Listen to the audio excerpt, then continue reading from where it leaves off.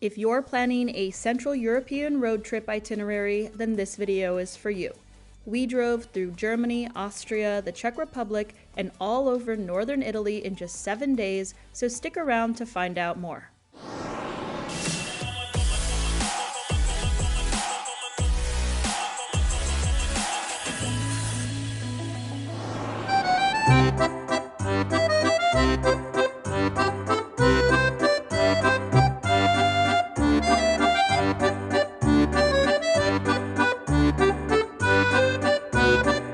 So we are in the Czech Republic today in Prague, and it is absolutely gorgeous.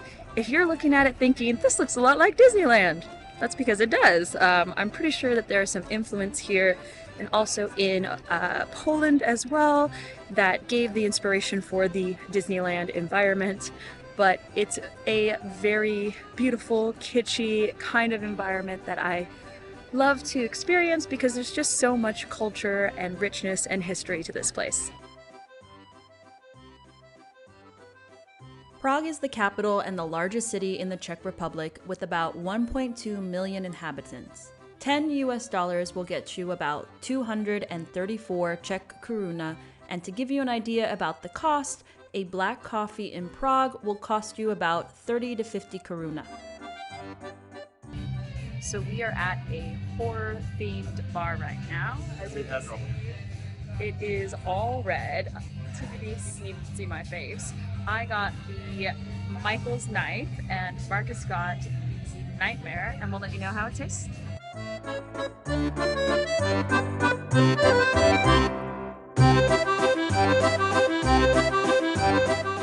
Wunderschönen good morning! So we are walking on the east side of Prague today, away from the tourist attractions, and what an amazing area we found.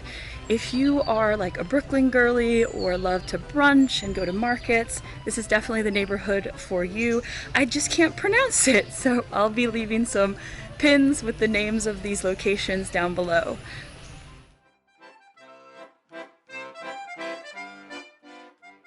I would recommend that you stay on the east side of Prague because there's loads to do.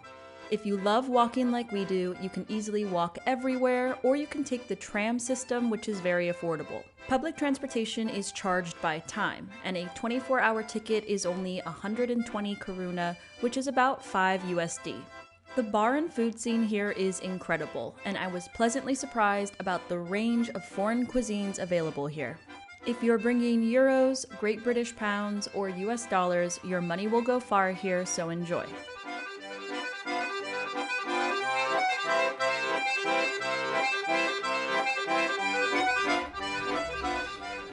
Good morning. It is day 3 of our holiday. We are driving from Germany down to Italy, and right now we're having a gorgeous breakfast in a beautiful hotel. It is unfortunately raining right now, so we're going to be a little creative about what we find to do. So join along on our adventure.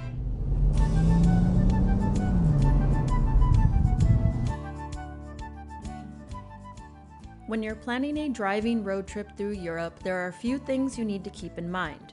First, you should definitely have both driving and travel insurance because the style of driving varies from country to country. Also, your credit card insurance may not cover specific countries, so look into the fine print of your agreement. Secondly, be sure to have cash in small coins and bills available at all times for paid tolls. They don't always take card and often can't break large bills. Whether or not you need an international license varies from country to country in Europe, so do your research beforehand. For example, in Italy, I was able to rent a car using my US license only, but I needed an international driving license to drive in Greece. You can easily convert your US American license into an international license at any AAA office for just over $20 US. Hello! So we are in northern Italy right now, in this gorgeous old city. I won't butcher the name of it right now. We are going to be driving down to the Lake District in Italy now, but this is giving very much like Austrian vibes, and actually we speak German to everyone here, which has been really exciting to practice. I just didn't understand how cross-cultural northern Italy is, and all the signs are in German and the kids speak German to one another. So definitely an interesting cultural experience.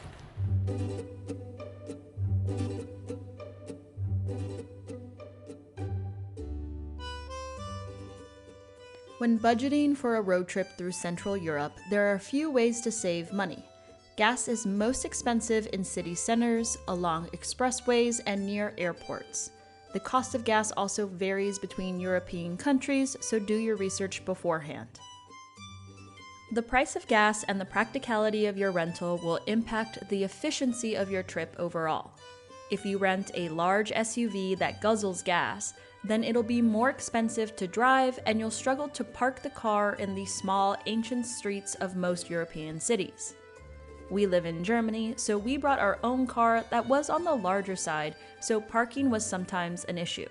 We drove a petrol M440i, and in total we spent around €600 in gas. When planning a road trip through Central Europe, be aware of the summering schedule of that country and region.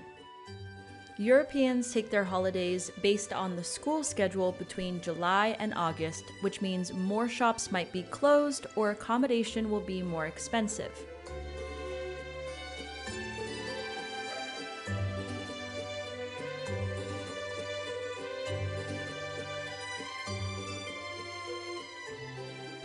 So we are now in the Alps and doing a drive up and down these mountains. We found this gorgeous chalet to enjoy some pizza while we're here, but I think a significant thing to point out is how devastatingly the weather drops.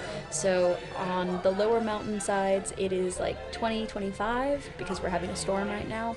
Up here, it's 10, 12, so definitely bring a wide range of outfits to choose from.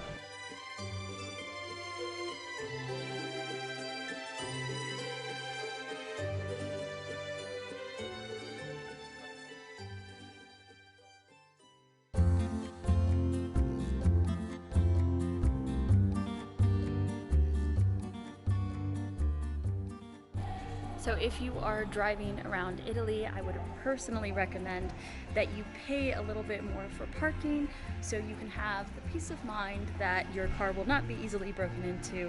And this way, you'll decrease the chances that someone will break into your car, and it's just a much more comfortable experience than trying to park on a random street.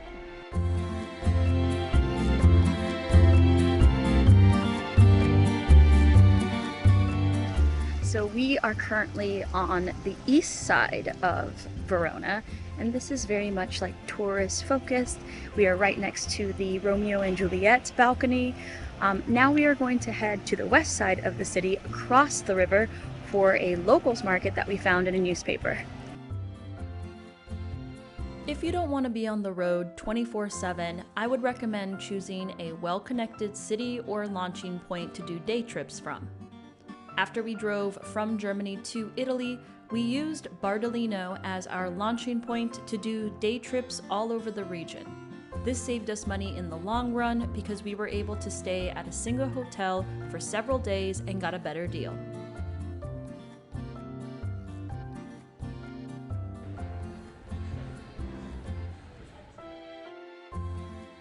Google Maps is not always super accurate if you're traveling through more underdeveloped cities and regions in Europe.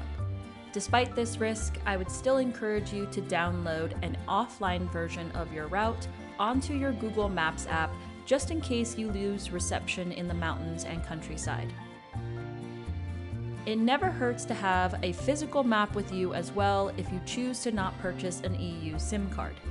If you do purchase an EU SIM card, it will likely work in all of the EU states thanks to the various agreements in place. Just keep in mind that reception might not always be super reliable in more remote locations.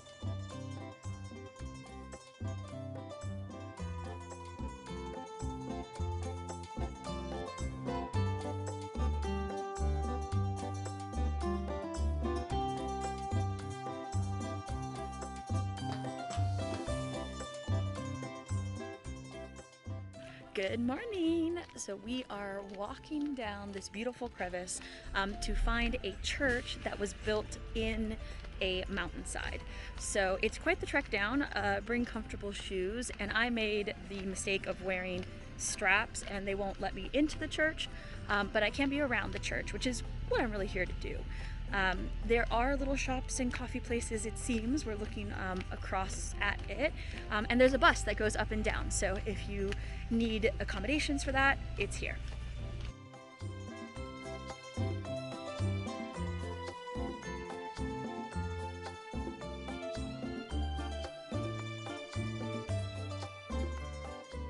So we are enjoying a beautiful lunch after climbing so many stairs.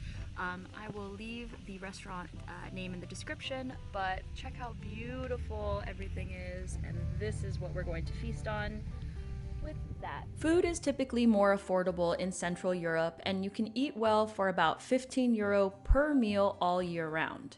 But when it comes to creating a full budget for your road trip, it really depends on what time of year you come. If you do your road trip during the off-season between April and May or September and October, you'll get great weather in the southern regions. It will also be more affordable than if you were to come between June and August during the summertime. Ciao! So we are in a new city on the west side of Lago di Garda. Just picked up some gelato, and it's really giving like Lake Como vibes without the Lake Como price. So definitely wonderful for any budget options that you might be exploring.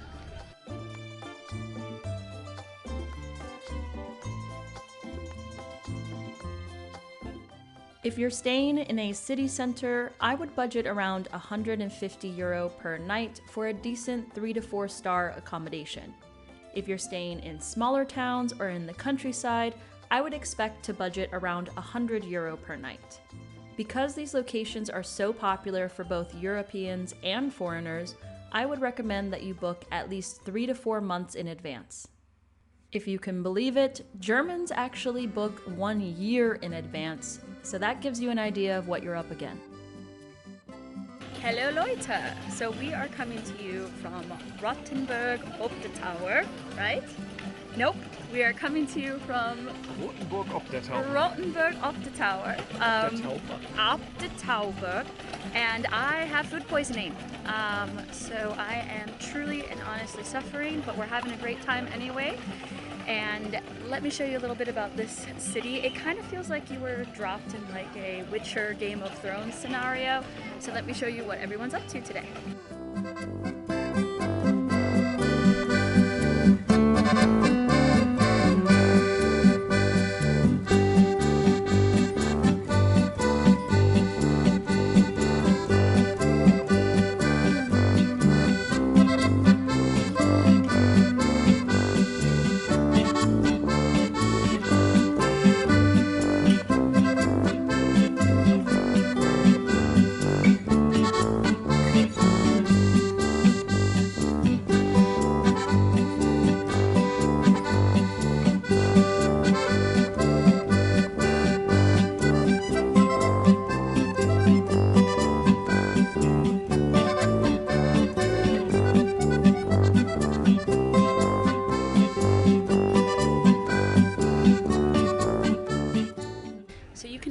Walk along the wall, but if you are taller than 6 feet, you might have a few problems. This will take you all around the city, and it's actually quite interesting.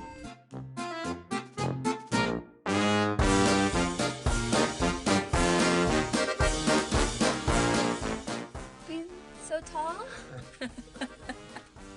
Yeah, if you're taller than 6 feet, you might have a problem here, but not me, so why would I care?